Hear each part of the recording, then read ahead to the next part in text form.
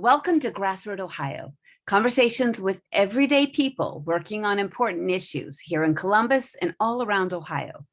I'm Carolyn Harding, and today I'm talking with Dr. Lauren Beene, a general pediatrician practicing in the Cleveland area.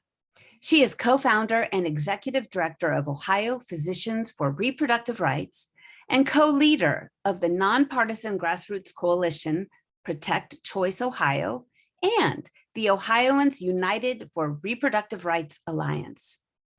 Dr. Beene is concerned that abortion restrictions will cause a medical crisis in Ohio and will disproportionately affect the most vulnerable populations, including her teenage patients and the people of color.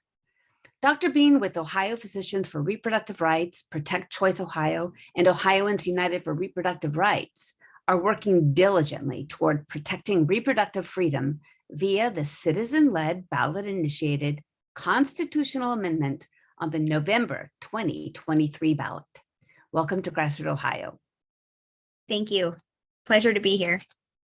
Yesterday, on July 25, 2023, 495,938 valid Ohio voter signatures were certified from the Ohio Secretary of State's office, meeting the requirements for citizen-led ballot initiative, the right to reproductive freedom with protections for health and safety, to be on the November 2023 ballot, where Ohio voters can vote to codify the right to reproductive freedom with protections for health and safety into the Ohio Constitution.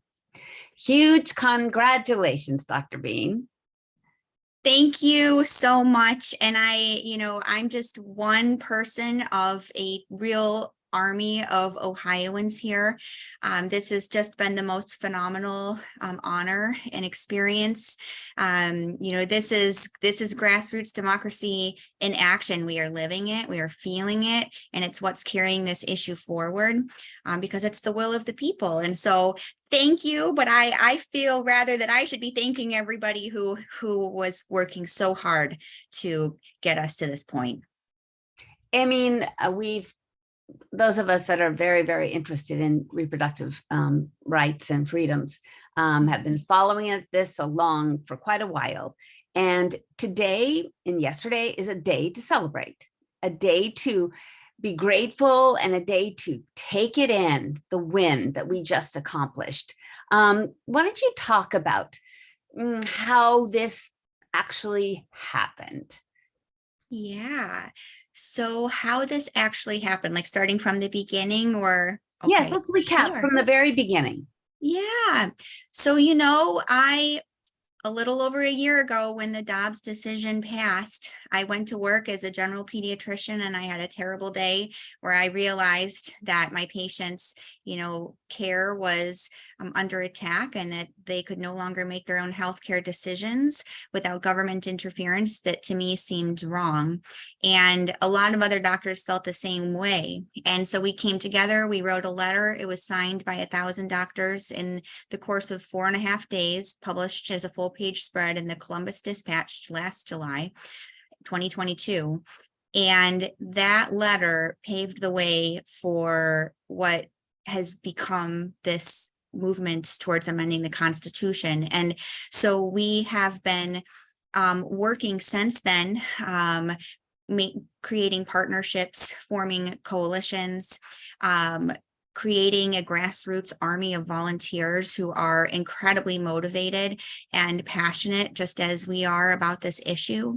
And, we've had the opportunity to meet incredible people along the way that helped us draft language, get it through the Secretary or the Attorney General's office, and then go out and start collecting the several 100,000 signatures, which was a huge undertaking that I never imagined that I would be part of. And but there were just so many people who all stepped up and said, I want to help. How can I help? I want to help in my community.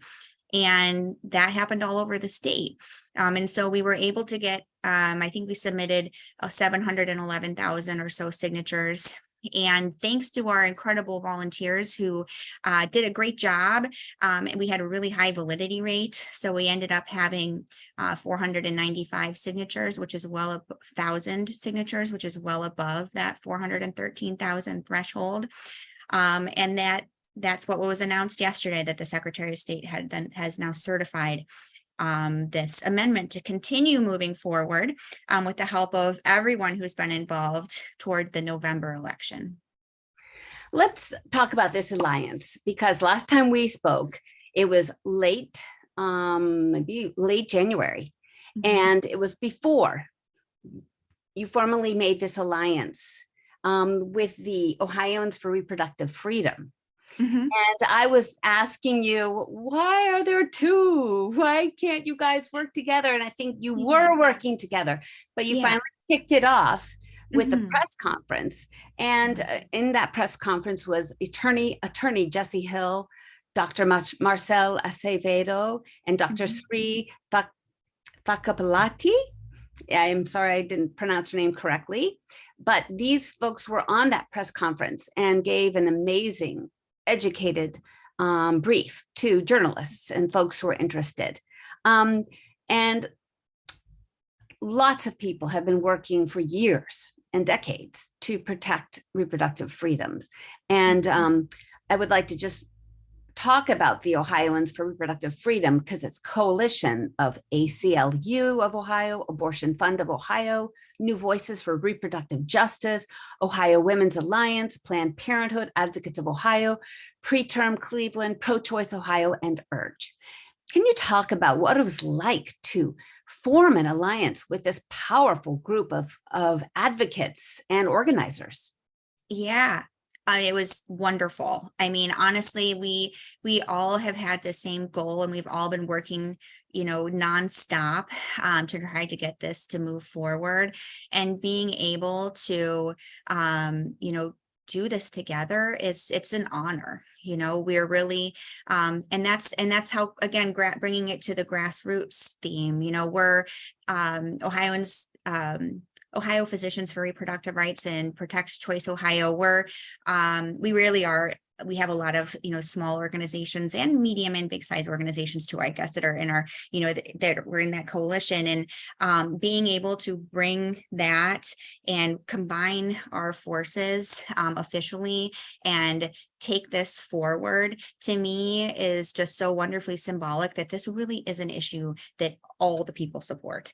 And those organizations have been fighting these battles for so long and do such important work and have just invaluable experience. So being able to now sit at the table together, moving this to the next phase as Ohioans United for Reproductive Rights as we move towards November, really feels like an awesome moment in history, and I'm honored to be a part of it.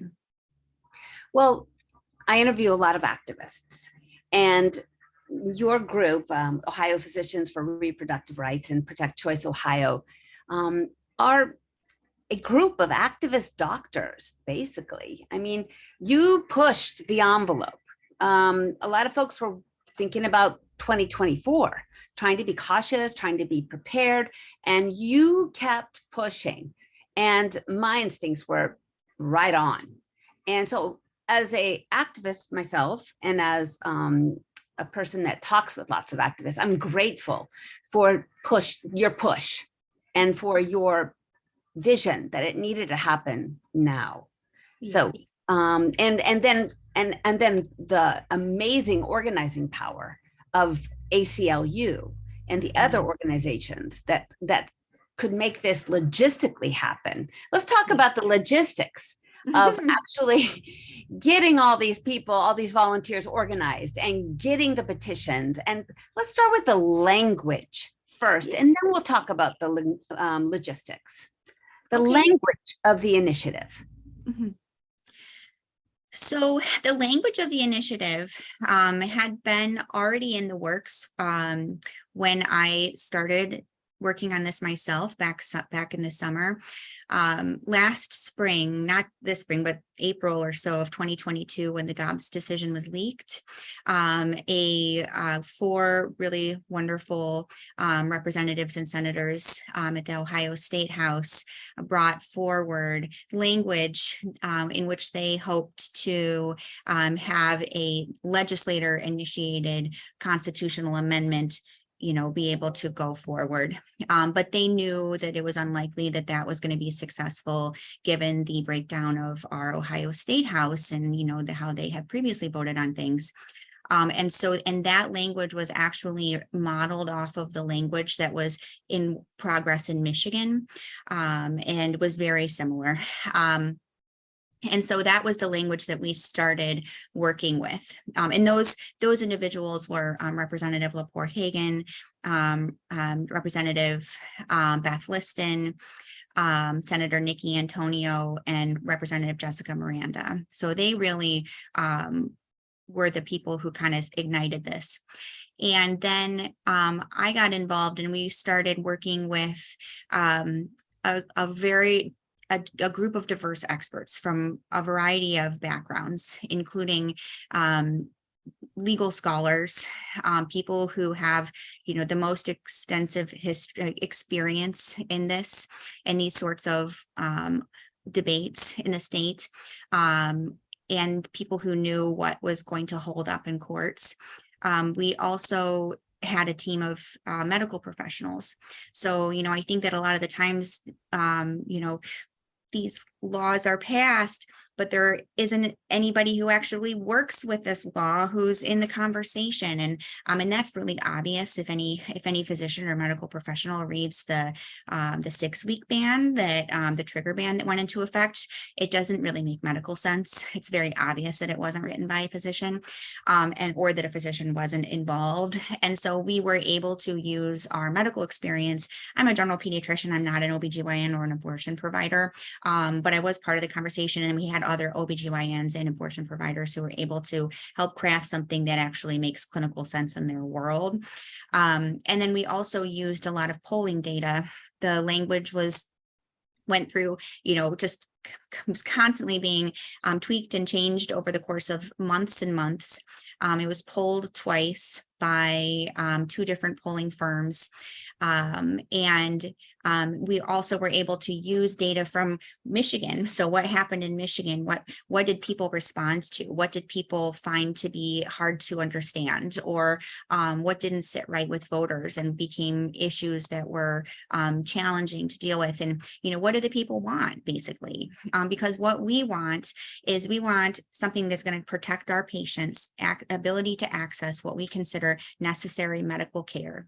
And we also want it to be something that's in line with the values of the people of the state. And so that was our goal in our crafting this language. All right. And where can people find this language so they can read it before, November comes? Where can they actually read it? It's quite short. Yeah, it's very short. It's not a long amendment. It's really simple. People try to make it complicated, but it's really very simple. So I know that we do have it on the Protect Choice Ohio website. If you go there, I'm pretty sure it's posted. You might have to, can't remember which tab it's under, but it is there. It's probably on the ORF site. And when we get our OURR site up, I'm sure it'll be there as well. But I do know that it is on our protectchoiceohio.com website. Excellent. All right. Let's talk about nothing happens without volunteers in grassroots activism. So let's talk about your volunteers, and then we'll talk about your paid signature gatherers as well. These are the folks that got these hundreds of thousands of signatures to put this on the ballot. So how did you get all these volunteers logistically? So logistically, so again, there were, coalitions that were working together, but within the Protect Choice Ohio coalition, we started we decided we were going to form a coalition. And so we started, we had a list of grassroots organizations that one of the people who's been working with us gave us and said, this is an amazing list of wonderful groups that might be interested in this, and they have volunteers and we should reach out to them. So we emailed everybody on that list that we could, was, of course, I'm sure there are people that we didn't reach because, there's so many amazing groups in the state. But we reached out to everybody that we could, and we started having coalition building meetings.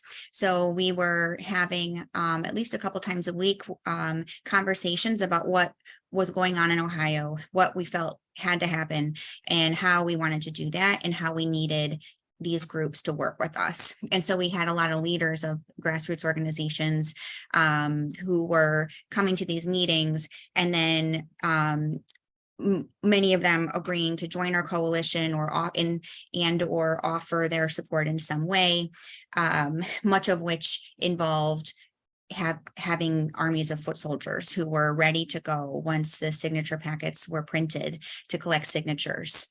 So there were a variety of ways in which these organizations helped, but that was how we recruited so many volunteers. And honestly, social media has been very helpful. We've made a lot of connections through social media. We do a lot of just sharing of information and events, and telling people where they can go to sign and where they can go to volunteer to get packets, or where they could volunteer to get packets to go get their friends to sign. And that really, we tried to tap into already existing organizations and their infrastructures of volunteers to all come together. Yeah, that was really, really key, because people, ACLU was getting signatures, Planned Parenthood was getting signatures, Choice Ohio was getting signatures, and it was all one petition. Yeah. And can you tell me what was the moment that the two groups decided that you had to work together, and it was important that you work together?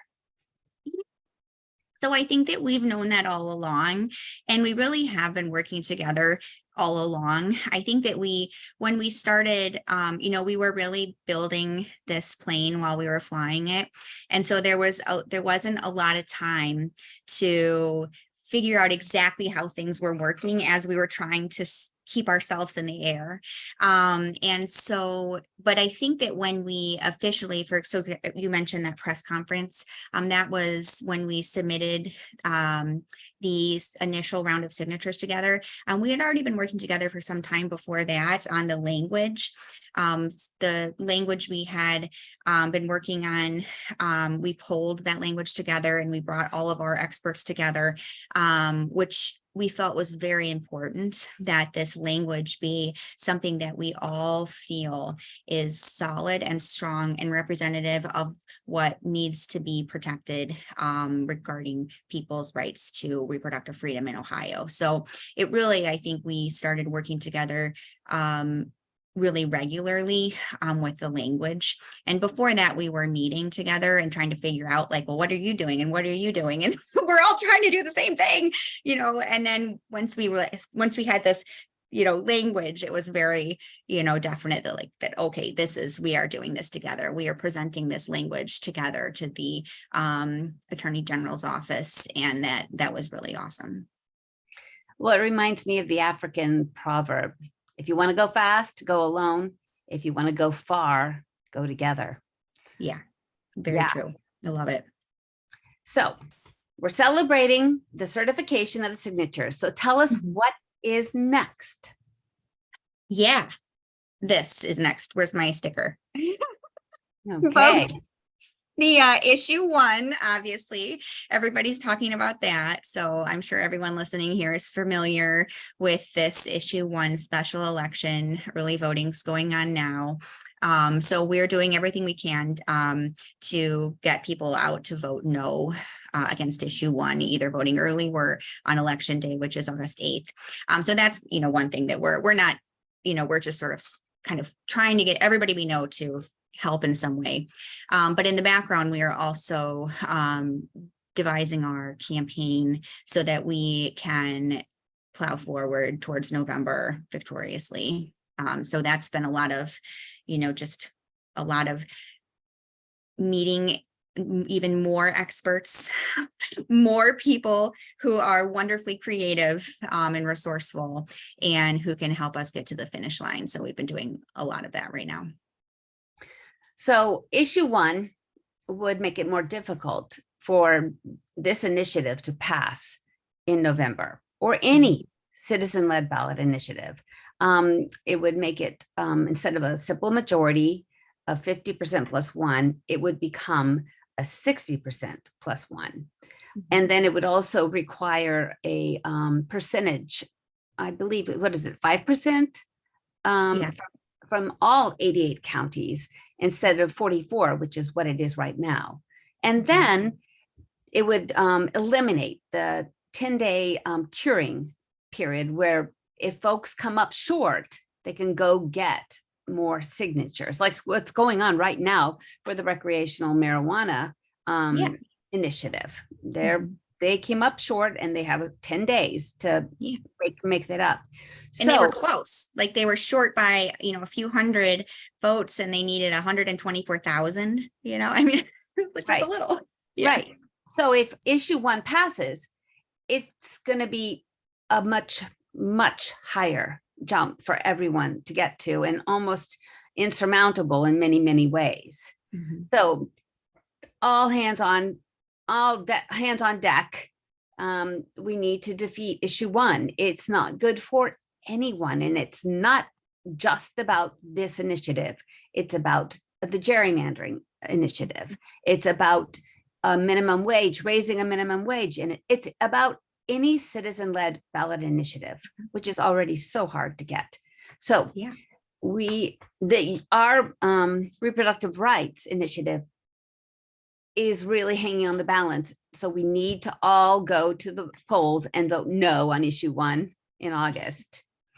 So what I am curious about is that when you drive in the rural areas of Ohio, you'll see yes for issue 1. And how can we help provide medical care for rural women, and to raise awareness that this that issue 1 is not good for their health care, not good for their own needs? How can we reach out to rural voters?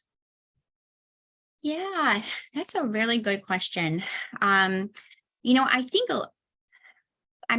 honestly, I have a hard time understanding why people would be in support of issue 1, unless they are extremely anti-choice, because it's clear that issue 1 was put on the ballot to stop our reproductive freedom amendment from moving forward. And with regard to every other aspect of democracy in Ohio, issue 1 is devastating. And I think that a lot of people, unfortunately, these ad campaigns are for these sorts of issues are very well funded. So the Vote Yes on issue 1 campaign is extremely well funded by powerful entities that are spreading a lot of misinformation and making people think, I think they're causing a lot of confusion about what issue 1 actually is. And specifically that they're saying that issue 1 is supposed to stop special interests from amending our Constitution when it's a special interest of an out-of-state billionaire that's funding this campaign. It's like doublespeak. And so how does this impact women, especially rural women? Well, with specific regard to the Reproductive Freedom Amendment is if the people who are pushing issue 1 are successful, they're going to make it a lot harder for us to be able to protect reproductive freedom in Ohio.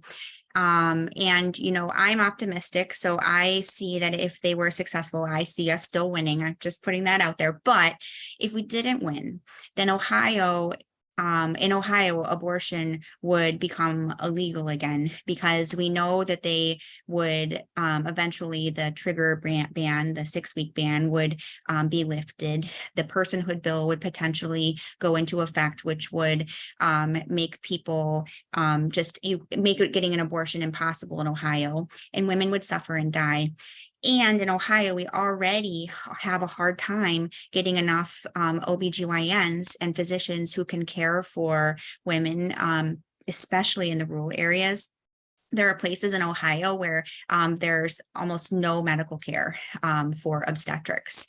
And we've seen in other states how when these draconian laws are passed and the physicians feel as though they can't practice medicine in their state without worry of going to prison for murder, it makes it really hard to recruit good doctors to come to your state to practice medicine, and it makes it hard to recruit medical students and residents, and so all of that will have a negative impact on the well-being and health of women in the state, especially in rural areas. And so, it's so important that we all go out and vote no on issue 1, because we must be able to pass reproductive freedom in November.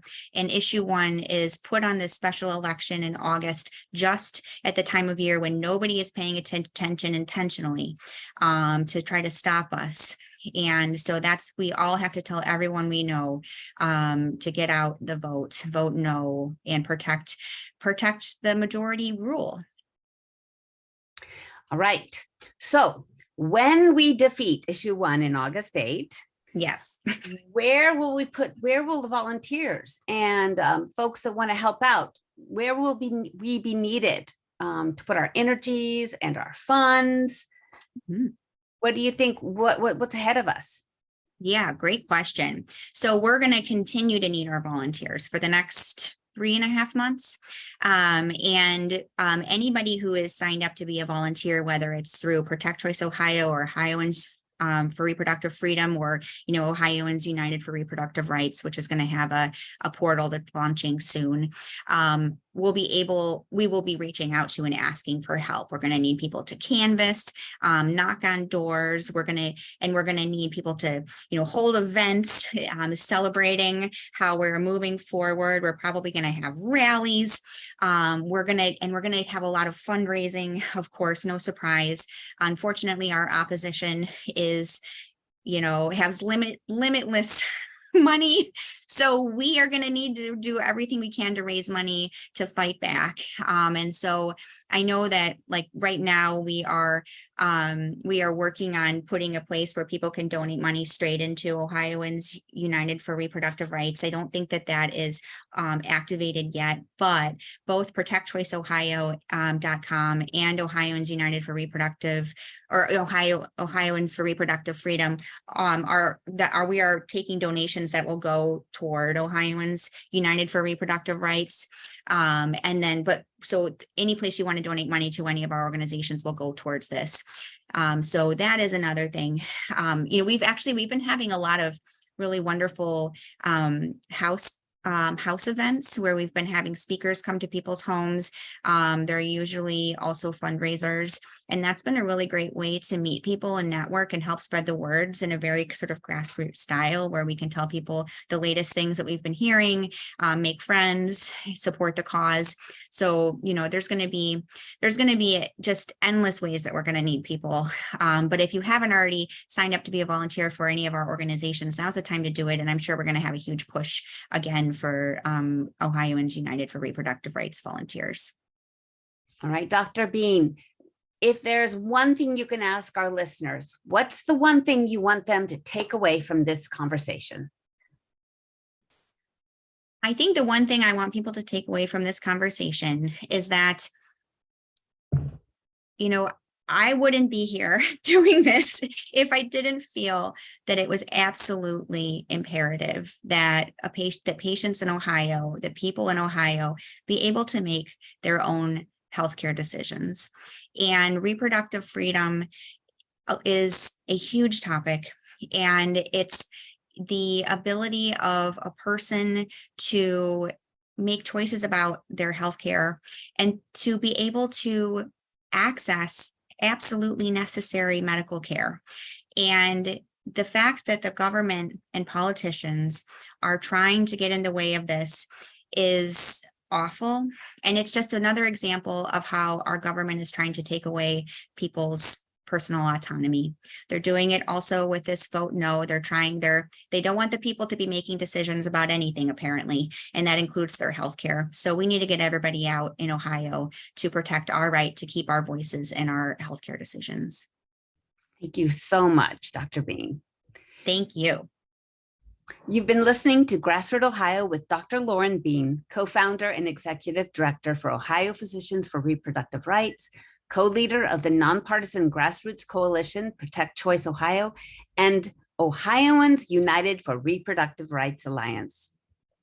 In addition to our Friday 5 p.m. broadcast on WGRN.org, 91.9 FM in Columbus, GrassRoot Ohio airs on Sundays at 2 p.m. on WCRSFM.org, 92.7, 98.3 FM Columbus.